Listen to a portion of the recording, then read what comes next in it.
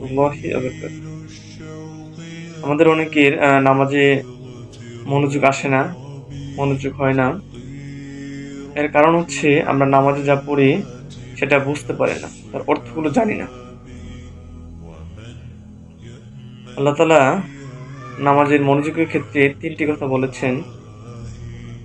একটা হচ্ছে, তোমরা যখন সালাত আদায় করবে তখন মনে মনে ভাববে যে আমরা আল্লাহ তাআলাকে দেখতেছি, কিন্তু আমাদের দ্বারা আল্লাহ তাআলাকে দেখা সম্ভব না। তাই আল্লাহ তাআলা বলেন, তাহলে মনে মনে ভাববা যে আল্লাহ সুবহানাহু ওয়া তাআলা আমাদেরকে দেখতেছেন। ৩ নম্বর যে কারণটি সেটা হচ্ছে, আমরা নামাজে যা পড়ি তার আরবি ইবারতগুলো মনে মনে অর্থগুলো ভাবা। নামাজ হচ্ছে একটি দোয়া। আসলে পরিবার থেকে আমাদের কখনো এই অর্থগুলো শেখানো হয় না। অনেক শিক্ষার্থী ভাইয়েরা আছেন, অনার্স শেষ করে ফেলছেন, মাস্টার্স শেষ করে ফেলছেন, এখনো তারা এই নামাজের যে আরবির অর্থগুলো সেগুলো তারা এখনো পারে না। তাই আজকে আমরা এই ভিডিওতে নামাজের সকল অর্থগুলো জানবো এবং আমাদের নামাজে মনোযোগ আসবে ইনশাআল্লাহ। আমরা সালাতের শুরুতে প্রথমে তাকবীর বলি, আল্লাহু আকবার, অর্থ আল্লাহ মহান। তারপরে আমরা সানা পড়ি, সুবহানাকাল্লাহুম্মা ওয়া বিহামদিকা ওয়া তাবারাকা ইসমুকা ওয়া তাআলা জাদ্দুকা ওয়া লা ইলাহা গায়রুক। হে আল্লাহ, আপনি পবিত্র এবং প্রশংসা অধিকারী, আপনার নাম পবিত্র বরকতময়, আপনার মর্যাদা অতি উচ্চ, আপনি ছাড়া কোনো উপাস্য নেই। তারপর আমরা আউযু বিল্লাহি মিনাশ শাইতানির রাজিম, এর অর্থ হচ্ছে, হে আল্লাহ, আমি বিতাড়িত শয়তান থেকে আশ্রয় চাচ্ছি। বিসমিল্লাহির রহমানির রহিম, আল্লাহ সুবহানাহু ওয়া তাআলার নামে শুরু করতেছি। তারপর আমরা সূরা ফাতিহা পড়ি। সূরা ফাতিহা, আলহামদুলিল্লাহি রাব্বিল আলামিন আর রহমানির রহিম মালিকি ইয়াউমিদ্দিন ইয়াকা না'বুদু ওয়া ইয়াকা নাস্তাঈন ইহদিনাস সিরাতাল মুস্তাকিম সিরাতাল লাযীনা আন'আমতা আলাইহিম গায়রিল মাগদুবি আলাইহিম ওয়ালাদ-দাল্লিন। আলহামদুলিল্লাহি রাব্বিল আলামিন, সকল প্রশংসা আল্লাহ তাআলার জন্য। আর রহমানির রহিম, তিনি রহমান এবং রহিম। মালিকি ইয়াউমিদ্দিন, তিনি বিচার দিবসের মালিক। ইয়াকা না'বুদু ওয়া ইয়াকা নাস্তাঈন, আমরা শুধু তোমার ইবাদত করি এবং তোমার কাছে সাহায্য প্রার্থনা করি। ইহদিনাস সিরাতাল মুস্তাকিম, আমাদেরকে সরল সঠিক পথে পরিচালিত করুন। গায়রিল মাগদুবি আলাইহিম ওয়ালাদ-দাল্লিন, তাদের পথে নহি যারা পথভ্রষ্ট এবং গুমরাহ।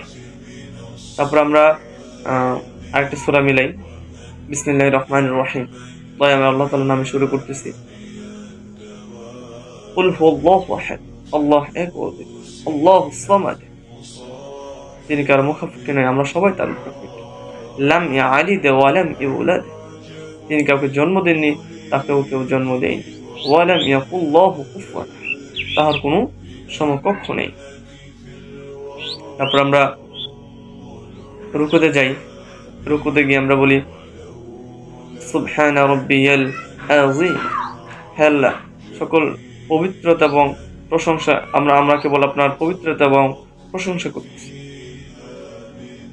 তারপর আমরা রুকু থেকে ওঠার সময় বলি, সামি আল্লাহ লিমান হামিদা, এর অর্থ হচ্ছে যে আল্লাহ তাআলার প্রশংসা করে আল্লাহ তার কথা শুনেন। রাব্বানা লাকাল হামদ হামদান কাসীরান তাইয়িবান মুবারাকান ফি, এর অর্থ হচ্ছে, হে আল্লাহ, সকল পবিত্রতা এবং প্রশংসা তো একমাত্র আপনারই জন্য। তারপর আমরা সিজদায় যাই। সিজদায় গিয়ে বলি, আমরা যখন সিজদায় যাই, মস্তক অবনত চিত্তে যাই, আমরা তখন বলি, সুবহানা রাব্বিয়াল আলা, আমি আমার মহান রবের পবিত্রতা এবং প্রশংসা করতেছি। এটা আমরা 3 বার পড়ি। তারপর আমরা এইভাবেই দ্বিতীয় রাকাত, তৃতীয় রাকাত, চতুর্থ রাকাত শেষ করি। আমরা লাস্টের বৈঠকে আমরা 3টি দোয়া পড়ি।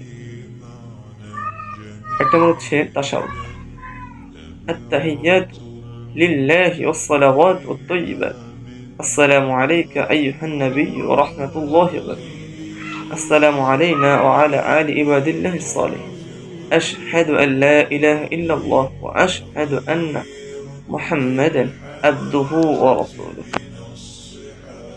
অর্থ: সমস্ত প্রশংসা, পবিত্রতা ও কল্যাণ একমাত্র আল্লাহ তাআলার জন্য।